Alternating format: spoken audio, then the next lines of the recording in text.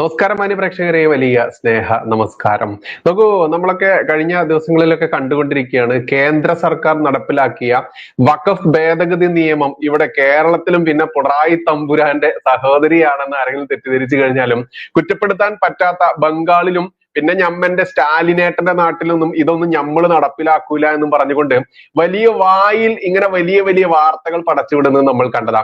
നോക്കൂ, യഥാർത്ഥത്തിൽ ഇതിന്റെ സത്യം എന്താണ്? കേന്ദ്രം നടപ്പിലാക്കിയ ഒരു നിയമം തങ്ങൾ നടപ്പിലാക്കില്ല എന്ന് ഒരു സംസ്ഥാനത്തിനും പറയാൻ പോലും അധികാരമില്ല എന്നുള്ളതാണ്. പിന്നെ എന്തിനാണ് ഇവരിങ്ങനെ പറഞ്ഞുകൊണ്ടിരിക്കുന്നത്? മറ്റൊന്നിനുമല്ല, ഇസ്ലാമിക ജിഹാദികളെ സുഖിപ്പിക്കാൻ, അതല്ലെങ്കിൽ ഈ നാട്ടിൽ ഇസ്ലാമിക മുസ്ലിം സമുദായത്തിന് മാത്രം തീരെഴുതി കൊടുത്തിട്ടുള്ള ഒരു പ്രത്യേക സംഭവം ഉണ്ടല്ലോ, അതുകൊണ്ട് ഇവരെ അങ്ങോട്ട് സുഖിപ്പിച്ചിട്ട് ഇവരുടെ ആ വോട്ട് വിഹിതം നേടാൻ വേണ്ടി തന്നെയാണ്. അല്ലാതെ രാജ്യസഭയും ലോക്സഭയും പാസാക്കിയും ഈ പറയുന്ന നമ്മുടെ രാഷ്ട്രപതി ഒപ്പിട്ട ഈ നിയമ ഭേദഗതി ബില്ല് ആർക്കും ഈ സുപ്രീം കോടതിക്ക് വരെ അത് തള്ളിക്കളയാനോ ക്യാൻസൽ ചെയ്യാനോ പറ്റില്ല എന്നിരിക്കെ സുപ്രീം കോടതിയുടെ പേരിലൊക്കെയായിരുന്നു കഴിഞ്ഞ ദിവസം വലിയ മാധ്യമങ്ങളൊക്കെ റിപ്പോർട്ട് കൊടുത്തിരുന്നത്. ഇതായിരുന്നു പറഞ്ഞിരുന്നത്, സുപ്രീം കോടതി ഇതാ ഈ വഖഫ് ഭേദഗതി നിയമം സ്റ്റേ ചെയ്യും, നടപ്പിലാക്കാൻ സമ്മതിക്കില്ല, കേന്ദ്ര സർക്കാരിനിട്ട് പണി കൊടുക്കും എന്നൊക്കെയാണ് പച്ച മലയാള മാധ്യമങ്ങൾ പറഞ്ഞിരുന്നത്. എന്നാൽ ഇതിന് പിറകിലുള്ള യാഥാർത്ഥ്യം ഇത്ര മാത്രമേ ഉള്ളൂ. കേന്ദ്ര സർക്കാർ നടപ്പിലാക്കിയിട്ടുള്ള കൊണ്ടുവന്നിട്ടുള്ള ഈ നിയമം അത് നടപ്പിലാക്കാൻ ചെറിയ കാലതാമസം വരും. അത് സാധാരണ അങ്ങനെ തന്നെയാണ്. പുതിയൊരു നിയമം കൊണ്ടുവരുമ്പോൾ അതിലുള്ള ആകുലതകളും മറ്റുള്ള കാര്യങ്ങളും ഒക്കെ സുപ്രീം കോടതി ചോദ്യമായിട്ട് തന്നെ ചോദിക്കും. ആ ചോദ്യങ്ങൾക്ക് വ്യക്തമായ ഉത്തരങ്ങൾ നൽകുക, അതിലൂടെ കൃത്യമായിട്ട് സുപ്രീം കോടതിക്ക് തന്നെ അനുവദിക്കേണ്ടി വരും. ഇനി അത് അനുവദിക്കാതിരിക്കാൻ കഴിയില്ല. കാരണം കേന്ദ്ര സർക്കാർ കൊണ്ടുവരുന്ന ഇത്തരത്തിലുള്ള ഭേദഗതികളൊന്നും തടസ്സപ്പെടുത്താനോ അതല്ലെങ്കിൽ അത് നിർവീര്യമാക്കാനൊന്നും സുപ്രീം കോടതിക്ക് കഴിയില്ല. ഈ വിഷയമായിട്ട് ബന്ധപ്പെട്ട് നമ്മുടെ ABC മലയാളത്തിലെ സുനിൽജി ഉണ്ടല്ലോ, സുനിൽജിയും അദ്ദേഹത്തിന്റെ സുഹൃത്തു കൂടി നടത്തിയ ഒരു സംവാദമുണ്ട്. ചെറിയൊരു സംവാദമാണ്. കാരണം ഇവിടുത്തെ മലയാള മാധ്യമങ്ങൾ പറയാത്ത യാഥാർത്ഥ്യങ്ങൾ കൃത്യമായിട്ട് പച്ചയ്ക്ക് പറയുന്നുണ്ട് സുനിൽജി. അതൊന്ന് കേൾക്കേണ്ടത് തന്നെയാണ്. നമുക്കത് കേട്ടിട്ട് പെട്ടെന്ന് തിരിച്ചു വരാം. മല പോലെ വന്നത് എലി പോലെ പോയി. ഇന്നലെ എന്തായിരുന്നു പുതിയ വഖഫ് നിയമം ഏതാണ്ട് സ്റ്റേ ചെയ്യാൻ പോകുന്നു. കേന്ദ്രത്തിന് തിരിച്ചടി. ഇന്ന് 2 മണിക്ക് അവസാനം മാറ്റിവെച്ച് ഇന്നത്തേക്ക് മാറ്റിവെച്ച് ഇന്ന് 2 മണിക്ക് സംഭവിക്കും. സുപ്രീം കോടതി എല്ലാ വകുപ്പുകളും വഖഫിലെ ഈ നോട്ടിഫൈ ചെയ്യുന്നത്, പിന്നെ കൗൺസിലിലെ അംഗങ്ങളെ നോൺ മുസ്ലിമുകളെ നിയമിക്കുന്നത്, കളക്ടർ സർവേ ചെയ്യുന്നത് ഒക്കെ സ്റ്റേ ചെയ്യുമെന്ന് വാർത്ത കൊടുക്കാൻ കാത്തിരുന്നവർക്ക് വലിയ പ്രഹരമായി. ഒന്നും സംഭവിച്ചില്ല. ഇടക്കാല ഉത്തരവ് പുറപ്പെടുവിച്ചു. അതായത് സ്റ്റാറ്റസ് കോ എന്ന് പറഞ്ഞാൽ സ്റ്റാറ്റസ് കോ ഉള്ളതുപോലെ തുടരണം. ഇപ്പോൾ ഉള്ളതുപോലെ തുടരാൻ പറ്റുള്ളൂ. വഖഫ് നിയമം രാഷ്ട്രപതി ഒപ്പുവെച്ച് കേന്ദ്ര സർക്കാർ നോട്ടിഫൈ ചെയ്തുകൊണ്ട് മാത്രം നടപ്പാകത്തില്ല. അതിന്റെ റൂൾസ് ഉണ്ടാവണം. ചട്ടങ്ങൾ ഉണ്ടാക്കി കഴിഞ്ഞാൽ മാത്രമേ ഈ പറഞ്ഞ പോലെ നടപടി എടുക്കാൻ പറ്റൂ. ചട്ടങ്ങൾ ഉണ്ടാക്കാൻ 3 ആഴ്ച എങ്കിലും സമയം വേണമെന്ന് കേന്ദ്രം നേരത്തെ പറഞ്ഞു കഴിഞ്ഞു. അപ്പൊ പിന്നെ സ്റ്റാറ്റസ് കോ എന്ന് കോടതി പറഞ്ഞില്ലെങ്കിലും സ്റ്റാറ്റസ് കോ ആണ്. പക്ഷെ ഇതിനിടയ്ക്ക് ഇന്നലെ നാടകീയമായ മറ്റു സംഭവം. അതായത് കോടതി മൊത്തത്തിൽ മാധ്യമങ്ങളും കേരളത്തിലെ മാധ്യമങ്ങൾ ഉണ്ടാക്കിയ ഒരു ഇംപ്രഷൻ എന്ന് പറയുന്നത് കേന്ദ്ര സർക്കാർ വലിയ തിരിച്ചടി കിട്ടുമാണ്, ഇത് സ്റ്റേ ചെയ്യാൻ പോകുന്നൊക്കെയാണ്. പക്ഷെ സുപ്രീം കോടതി ചോദിച്ചു, ഈ ഡൽഹി ഹൈക്കോടതി ഇരിക്കുന്ന സ്ഥലം പാർലമെന്റ് ഇതൊക്കെ വക്കപ്പാണെന്ന് വരെ പറയുന്നുണ്ടല്ലോ, ഇങ്ങനെയൊക്കെ ചെയ്യാൻ പറ്റുമോ, ഞങ്ങൾ ഇതൊക്കെ കേൾക്കുന്നുണ്ടെന്ന് ഇന്ന് സുപ്രീം കോടതി പറഞ്ഞു. അതേക്കുറിച്ചൊന്നും വാർത്തയില്ല. പക്ഷെ ഇന്നലെ നടന്ന നാടകീയമായ 2 സംഭവങ്ങൾ. ഒന്ന്, ആസാം സർക്കാർ, രാജസ്ഥാൻ സർക്കാർ, ഛത്തീസ്ഗഡ് സർക്കാർ, മഹാരാഷ്ട്ര സർക്കാർ, ഇവർ വഖഫ് ഇത്രയും സംസ്ഥാനങ്ങൾ വഖഫ് നിയമ ഭേദഗതിയെ പിന്തുണച്ചുകൊണ്ട് സുപ്രീം കോടതിയിൽ ഹർജി കൊടുത്തു. ഇനി അവരെ കൂടെ കേൾക്കാതെ സ്റ്റേ കൊടുക്കാൻ പറ്റില്ല. മാത്രമല്ല, അതിനേക്കാളും എനിക്ക് തോന്നി അത് BJP ഭരിക്കുന്ന സംസ്ഥാന സർക്കാരുകൾ തോന്നാം. ഹരിശങ്കർ ജെയിനാണ് ഗ്യാൻ മാഫിക്ക് വേണ്ടി, മധുര ശ്രീകൃഷ്ണ ജന്മഭൂമിക്ക് വേണ്ടി, ചമ്പലിന് വേണ്ടിയൊക്കെ കേസ് കൊടുത്തിരിക്കുന്ന ഹരിശങ്കർ ജെയിൻ ഒരു പെറ്റീഷൻ കൊടുത്തു. ഹരിശങ്കർ ജെയിന്റെ കേസുകളിൽ ഹരിശങ്കർ ജെയിൻ ജയിച്ചിട്ടേ ഉള്ളൂ. കേസുകളിൽ എല്ലാം ജയിച്ചാൽ ഹരിശങ്കർ ജെയിൻ കേസ് കൊടുത്തിരിക്കുന്നത് 95 ഇപ്പൊ റദ്ദാക്കിയ വഖഫ് നിയമത്തിലെ ഭരണഘടനാ വിരുദ്ധമായ വകുപ്പുകൾ റദ്ദാക്കണം. കാരണം ഈ നിയമം സ്റ്റേ ചെയ്താലും ആ കേസ് നിലനിൽക്കും. മറ്റേ നിയമം കേസിനെ പറ്റി ഇപ്പൊ തന്നെ പറഞ്ഞ എന്താ വെച്ചാൽ 1995 നിയമത്തിനെതിരായ കേസുകൾ 30 കൊല്ലമായിട്ട് കോടതികളിൽ നിലനിൽക്കും. അതെ, കോടതി തീരുമാനിച്ചിട്ടില്ല. അപ്പൊ അതുകൊണ്ട് ഏതെങ്കിലും കാരണം വെച്ചാൽ ഇതിൽ സ്റ്റേ ചെയ്താൽ മറ്റേ നിയമം നിലനിൽക്കുന്നു പോയല്ലോ, അതിനെ ചലഞ്ച് ചെയ്ത് കേസ് കൊടുക്കും. അതോടൊപ്പം തന്നെ ഹരിശങ്കർ ജെയിൻ ആവശ്യപ്പെടുന്നത് ഈ നിയമത്തിലും വഖഫിന് ചില അമിതാധികാരം കൊടുക്കുന്ന വകുപ്പുകളുണ്ട്. അതിപ്പോ വഖഫ് ബൈ യൂസർ എന്ന് പറഞ്ഞാൽ അതിനകത്ത് ഇനിയുള്ള കേസുകളിലെ ഗവൺമെന്റ് ഭൂമി അല്ലാത്ത ഭൂമിയാണെങ്കിൽ ഇനി മുതലുള്ളതിനെ വഖഫ് ബൈ യൂസ് ചെയ്തിട്ടുള്ളത് മാറ്റാൻ പറ്റില്ല. അതൊക്കെ നിയമം എടുത്താണ്. ഒരുത്തം വന്നിട്ട് ഇത് ഞാൻ ഉപയോഗിച്ചിട്ടുണ്ട്, അതുകൊണ്ട് വഖഫ് എന്ന് പറഞ്ഞാൽ അത് മുൻകാല പ്രാബല്യത്തോട് റദ്ദാക്കണമെന്ന് ആവശ്യപ്പെട്ട് ഹരിശങ്കർ ജെയിനും വന്നു. അപ്പൊ മുസ്ലിം സംഘടനകളും തമിഴ്നാട് സർക്കാരും മാത്രം ഏകപക്ഷീയമായി കൊടുത്ത കേസല്ല. നിയമത്തെ സംരക്ഷിക്കാനും പഴയ നിയമത്തെ റദ്ദാക്കാനും ഇപ്പോഴുള്ള നിയമത്തിൽ പോലും മുസ്ലിങ്ങൾക്ക് അമിതാധികാരം നൽകുന്ന വകുപ്പുകൾ റദ്ദാക്കണമെന്ന് ആവശ്യപ്പെട്ടുള്ള കേസുകളും വന്നു. അപ്പൊ കളിക്ക് മറുകളി, ഉഗ്രകളി ഇപ്പുറത്ത് പ്രതിരോധം വന്നു. ശബരിമലയൊക്കെ പോലെ പ്രതിരോധം വന്നു. അതേപോലെ കൊച്ചി പഴയ കൊച്ചിയല്ല. ഇന്നലെ ഹാരിസ് ബീരാൻ ഈ മാധ്യമങ്ങൾക്കൊക്കെ വേണ്ടത് കൊടുക്കുന്നുണ്ടായിരുന്നല്ലോ. കേന്ദ്ര സർക്കാരിന് തിരിച്ചടിയാണ്. അവിടെ നിരീക്ഷണങ്ങൾ അതിന്റെ കൂടെ നടത്തും. ആ നിരീക്ഷണങ്ങളുടെ കൂടെ ഇന്നലെ തന്നെ പറഞ്ഞാണ് മറ്റേ ഡൽഹി ഹൈക്കോടതി ഇരിക്കുന്ന സ്ഥലം. അത് പത്രത്തിൽ ഒറ്റ ചാനലിൽ ആ ചോദ്യമില്ല. അത് പറഞ്ഞാണ് അങ്ങനത്തെ കാര്യങ്ങൾ അദ്ദേഹം ഇന്ന് പറഞ്ഞു. ആദ്യം തന്നെ ഈ വഖഫ് പാസാക്കിയ വഖഫ് നിയമത്തിൽ പോസിറ്റീവായ കാര്യങ്ങളും ഉണ്ട് എന്ന് പറഞ്ഞു. അതെ, പോസിറ്റീവായ കാര്യങ്ങളുണ്ട്. അതുകൊണ്ട് ഞങ്ങൾ ഇത് മുഴുവൻ സ്റ്റേ ചെയ്യുന്നില്ല തൽസ്ഥിതി തുടരുക മാത്രം. ചില കാര്യങ്ങൾ കുഴപ്പങ്ങൾ ഉണ്ടാകാം. 5 വർഷം ഇത് ഉണ്ടായിരുന്നിരിക്കണം. 5 വർഷം മുസ്ലിം ആയിരുന്നു. ഇതിന്റെ അകത്ത് ചില കാര്യങ്ങളൊക്കെ മാറ്റി കളഞ്ഞാൽ പോലും നിയമത്തിന്റെ സത്ത നിലനിൽക്കുമല്ലോ.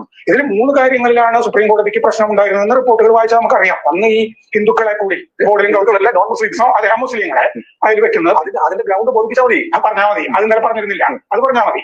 പിന്നെ കലക്ടറുടെ കാര്യം നോക്കൂ, കൃത്യമായിട്ട് സുപ്രീം കോടതി കുറച്ച് ചോദ്യങ്ങൾ ചോദിച്ചു. ആ ചോദ്യങ്ങൾക്കുള്ള ഉത്തരം പറയാനാണ് ഏകദേശം ഒരാഴ്ച സമയം അനുവദിച്ചുകൊണ്ട് ആ ഒരാഴ്ച വരെ തൽസ്ഥിതി തുടരുക എന്ന് മാത്രമേ പറഞ്ഞിട്ടുള്ളൂ. അതിങ്ങോട്ട് പൊലിപ്പിച്ചുകൊണ്ടാണ് ഇവിടുത്തെ മാമ കുട്ടിക്കൊടുപ്പ് മാധ്യമങ്ങൾ ഇസ്ലാമിക ജിഹാദികളുടെ അമേധ്യം ഭക്ഷിച്ചുകൊണ്ട് 4 നേരം അതല്ലെങ്കിൽ 5 നേരം അവർ ആ വിളിച്ചോതുന്നുണ്ടല്ലോ, അതിന് ജയ് വിളിക്കുന്ന രീതിയിൽ ഇസ്ലാമിക ഭീകരന്മാർക്ക് സപ്പോർട്ട് ചെയ്തുകൊണ്ട് പച്ച നുണ പടച്ചു വിടുന്ന മാമാ മാധ്യമങ്ങൾ, ഇത്തരത്തിൽ നമ്മളെ പോലെയുള്ള ചെറുകിട മാധ്യമങ്ങൾ, മറുനാടനായിക്കോട്ടെ, ABC മലയാളം ആയിക്കോട്ടെ, ഇനി ക്രൈം ആയിക്കോട്ടെ, അത്തരത്തിൽ ഒട്ടേറെ ചെറുകിട മാധ്യമങ്ങൾ, ഈ ചെറുകിട മാധ്യമങ്ങളിലൂടെ അറിയുന്ന സത്യം മാത്രമേ ഇന്ന് ഇവിടെ മലയാള ഭൂവിൽ സത്യമായിട്ട് പറയുന്നുള്ളൂ. മറ്റുള്ള മാധ്യമങ്ങളെ പൂർണ്ണമായിട്ടും വിലക്കെടുക്കുക എന്ന് പറയുമ്പോൾ എത്രത്തോളമാണ് ഈ ഭീകരത നമ്മുടെ രാജ്യത്തെ ചൂഴ്ന്നു കൊണ്ടുപോകുന്ന ഈ പറയുന്ന വിദേശ രാജ്യം, നമ്മുടെ ശത്രു രാജ്യങ്ങളുടെ അച്ചാരം വാങ്ങിക്കൊണ്ട് ഈ കേരളത്തിൽ മാത്രം കണ്ടുവരുന്ന ഈ പ്രത്യേക സംഭവ വികാസം എന്ന് എടുത്തു പറയേണ്ടതുണ്ട്.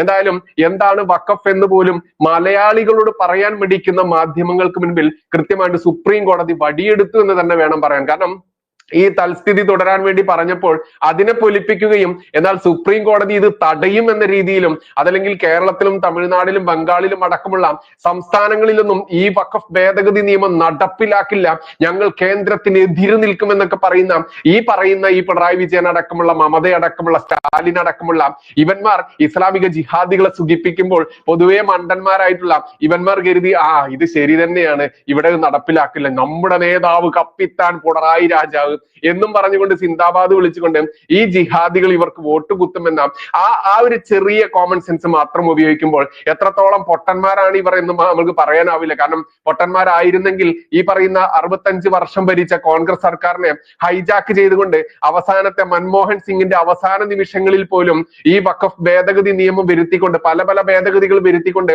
എന്റെ ഭൂമിയായാലും നിങ്ങളുടെ ഭൂമിയായാലും ഏതൊരു ഭൂമിയും ഞമ്മന്റെ സ്വത്താണ്, വഖഫ് ചെയ്ത ഭൂമിയാണെന്നും പറഞ്ഞ് ഏതൊരു മദ്രസ പൊട്ടൻ രംഗത്ത് വന്നു കഴിഞ്ഞാലും നമ്മുടെ ഭൂമി നഷ്ടപ്പെടുമെന്നിരിക്കെ അതിന് നികുതി പോലും അടയ്ക്കാനോ അതല്ലെങ്കിൽ ക്രയവിക്രയങ്ങൾ ചെയ്യാതെ പറ്റാതിരിക്കാനോ ലോൺ എടുക്കാനോ ഒന്നും പറ്റാത്ത രീതിയിലേക്ക് ആവുമെന്നുള്ള ആ ഭീകരത പോലും മലയാളികളോട് പറയാൻ മടിച്ചുകൊണ്ട് ഇസ്ലാമിക ജിഹാദികളുടെ ഈ ഭീകര നിയമത്തിന് വേണ്ടി നിലപാടെടുക്കുന്ന ഇവിടത്തെ ഇടതു വലത് രാഷ്ട്രീയ കക്ഷികളും ഇസ്ലാമിക ജിഹാദി സംഘടനകളും മുസ്ലിം ലീഗ് അടക്കമുള്ള ഞമ്മൻ മതേതരനാണെന്ന് പറഞ്ഞുകൊണ്ട് എന്നാൽ മുസ്ലിം എന്ന പദം ചേർത്തുകൊണ്ട് പാകിസ്ഥാന്റെ പതാകയോട് ചേർന്ന് നിൽക്കുന്ന കൊടി പോലും ഉപയോഗിച്ചുകൊണ്ട് അന്ന് സ്വാതന്ത്ര്യ സമരത്തിന് മുൻപിൽ ഈ ഭാരതം വെട്ടിമുറിക്കുന്ന സമയത്ത് എന്തായിരുന്നോ അന്നത്തെ ലീഗിന്റെ കൊടി, ഈ ഭീകര പാകിസ്ഥാനിലെ ലീഗിന്റെ കൊടി, അതേ കൊടി ഇന്നും നിലനിർത്തിക്കൊണ്ട് ഞമ്മൻ വലിയ മതേതരന്മാരാണെന്ന് കാണിക്കുന്ന ഇവന്റെയൊക്കെ യഥാർത്ഥ സ്വഭാവം എന്തായാലും ഈ വഖഫിലൂടെ കൃത്യമായിട്ടും തുറന്നു കാട്ടപ്പെട്ടിരിക്കുന്നു.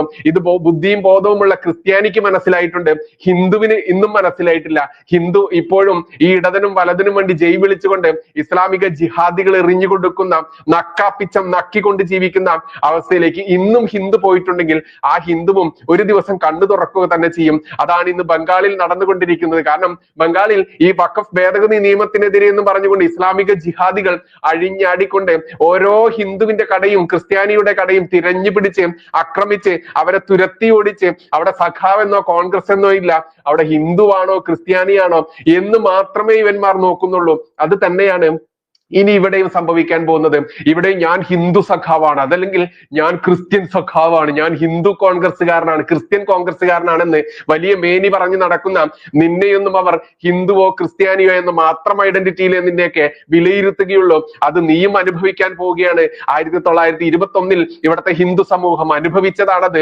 അന്ന് 13,000-ത്തിലധികം വരുന്ന ഹിന്ദുക്കളെ ജീവനോടെയും അല്ലാതെയും വെട്ടിക്കൂട്ടിയ വാരിയം കുന്നനെ ഇന്നും നേതാവായി വാഴിച്ചുകൊണ്ട് അവന് വേണ്ടി സിന്ദാബാദ് സിന്ദാബാദ് വിളിക്കുകയും അവന് വേണ്ടി ആ ഇസ്ലാമിക ഭീകരന് വേണ്ടി സ്മാരകങ്ങൾ ഉണ്ടാക്കുകയും ചെയ്യുന്ന ഈ നാട്ടിൽ അവന്റെ ആരാധക വൃന്ദങ്ങൾ പെരുകിക്കൊണ്ടിരിക്കുന്ന ഈ നാട്ടിൽ ഇസ്രായേലും പലസ്തീനും തമ്മിലുള്ള രണ്ട് രാജ്യങ്ങൾ തമ്മിലുള്ള യുദ്ധം നടക്കുമ്പോൾ പലസ്തീനിലെ ഭീകരവർഗത്തിന് വേണ്ടി സിന്ദാബാദ് വിളിക്കുന്ന കൊടും ഭീകരന്മാർക്ക് വേണ്ടി പിന്തുണ പ്രഖ്യാപിച്ചുകൊണ്ട് ഞങ്ങളുടെ നേതാവാണ് ഈ ഭീകരന്മാർ എന്ന് പച്ചയ്ക്ക് പറയുന്ന ഇവിടത്തെ ഇവർ നാളെ ഓരോ ഹിന്ദുവിന്റെയും ക്രിസ്ത്യാനിയുടെയും അവസ്ഥ എന്തായിരിക്കും എന്ന് പച്ചയ്ക്ക് പറയുമ്പോഴും അത് കണ്ണും പൂട്ടി ഒന്നും നോക്കാതെ ഹിന്ദു ഇന്നും കണ്ണു തുറക്കാതെ ഇരിക്കുമ്പോൾ ക്രിസ്ത്യാനികൾ കണ്ണു തുറന്നിട്ടുണ്ട്. അതെങ്കിലും ചെറിയൊരു ആശ്വാസമാണെന്ന് പറയേണ്ടതുണ്ട്. എന്തായാലും വഖഫ് ഭേദഗതി നിയമം കേന്ദ്രം കൊണ്ടുവന്നിട്ടുണ്ടെങ്കിൽ കേന്ദ്രം പറഞ്ഞിട്ടുള്ള ഓരോ നിയമവും നടപ്പിലാക്കിയില്ലേ? ശ്രദ്ധിച്ചിട്ടുണ്ടോ? ആർട്ടിക്കിൾ 370 എടുത്തു കളയുമെന്ന് പറഞ്ഞു. കാശ്മീർ എന്ന് പറയുന്ന ഭാരതത്തിന്റെ അവിഭാജ്യ ഘടകമായിട്ടുള്ള ഈ ഭാരതത്തിന്റെ ആ ഒരു വലിയൊരു നമുക്കറിയാം സ്വർഗഭൂമി എന്നൊക്കെ കേട്ടിട്ടുണ്ട്. ആ സ്വർഗഭൂമി ആർട്ടിക്കിൾ 370 ഇസ്ലാമിക ഭീകരന്മാർക്ക്, പാകിസ്ഥാൻ ഭീകരന്മാർക്ക്, ചൈന രാജ്യദ്രോഹികൾക്കൊക്കെ എഴുതി കൊടുത്ത ഇവിടത്തെ നെഹ്റു സർക്കാർ അന്നു മുതൽ ഇന്ന് വരെ നടപ്പിലാക്കിയത് പച്ചയ്ക്ക് എടുത്തു കളയാൻ പറ്റിയിട്ടുണ്ടെങ്കിൽ, മുത്തലാഖ് ബില്ല് ഇവിടെ നടപ്പിലാക്കാൻ പറ്റിയിട്ടുണ്ടെങ്കിൽ, അങ്ങനെ എണ്ണിയാൽ ഒടുങ്ങാത്ത ഭേദഗതികളും നിയമവും ഇവിടെ നടപ്പിലാക്കിയിട്ടുണ്ടെങ്കിൽ അത് തിരഞ്ഞെടുപ്പ് വാഗ്ദാനത്തിൽ പച്ചയ്ക്ക് പറഞ്ഞുകൊണ്ട് ഓരോന്നോരോന്ന് നടപ്പിലാക്കാൻ സാധിച്ചിട്ടുണ്ടെങ്കിൽ ഇവിടെ കണ്ടെയ്നറുകളിൽ ആയിരക്കണക്കിന് കണ്ടെയ്നറുകളിൽ വന്നിറങ്ങിയ പാകിസ്ഥാനിൽ അച്ചടിച്ച ഭാരതത്തിന്റെ കള്ളനോട്ടുകൾ അത് ഒരു നിമിഷം കൊണ്ട് നിശ്ചലമാക്കാൻ വേണ്ടി നോട്ട് നിരോധനം കൊണ്ടുവരാൻ കഴിഞ്ഞിട്ടുണ്ടെങ്കിൽ ഓരോന്നോരോന്ന് നടപ്പിലാക്കുക തന്നെ ചെയ്യും. അതുകൊണ്ട് നീയൊക്കെ രോധിച്ചോ, നീയൊക്കെ കരഞ്ഞ് കരഞ്ഞ് അങ്ങനെ തീർത്തോ. ഇവിടെ നടപ്പിലാക്കാനുള്ള നട്ടലുള്ള ഭരണാധികാരിയുണ്ട്. അതുകൊണ്ട് ഭാരതം നടപ്പിലാക്കുന്ന നിയമം ഈ കേരളത്തിലും തമിഴ്നാട്ടിലും ബംഗാളിലും ഒന്നും നടപ്പിലാക്കില്ല എന്ന് പറയുമ്പോൾ നീയൊക്കെ ഭരണഘടനാ വിരുദ്ധതയാണ് പ്രവർത്തിക്കുന്നതും പറയുന്നതുമെന്ന് മനസ്സിലാക്കാൻ പാഴൂർ പടിപ്പുര വരെ പോവേണ്ട. അതൊന്നും നടപ്പിലാവാൻ പോകുന്നില്ല എന്നുള്ളത് പച്ചയ്ക്ക് തുറന്നു പറഞ്ഞുകൊള്ളട്ടെ. അത് ഈ മണ്ടൻ മദ്രസ പൊട്ടന്മാരെ വിശ്വസിപ്പിക്കാൻ മാത്രമേ ഒതുങ്ങുകയുള്ളൂ. നന്ദി, നമസ്കാരം. ജയ് ഹിന്ദ്, ജയ് ശ്രീറാം.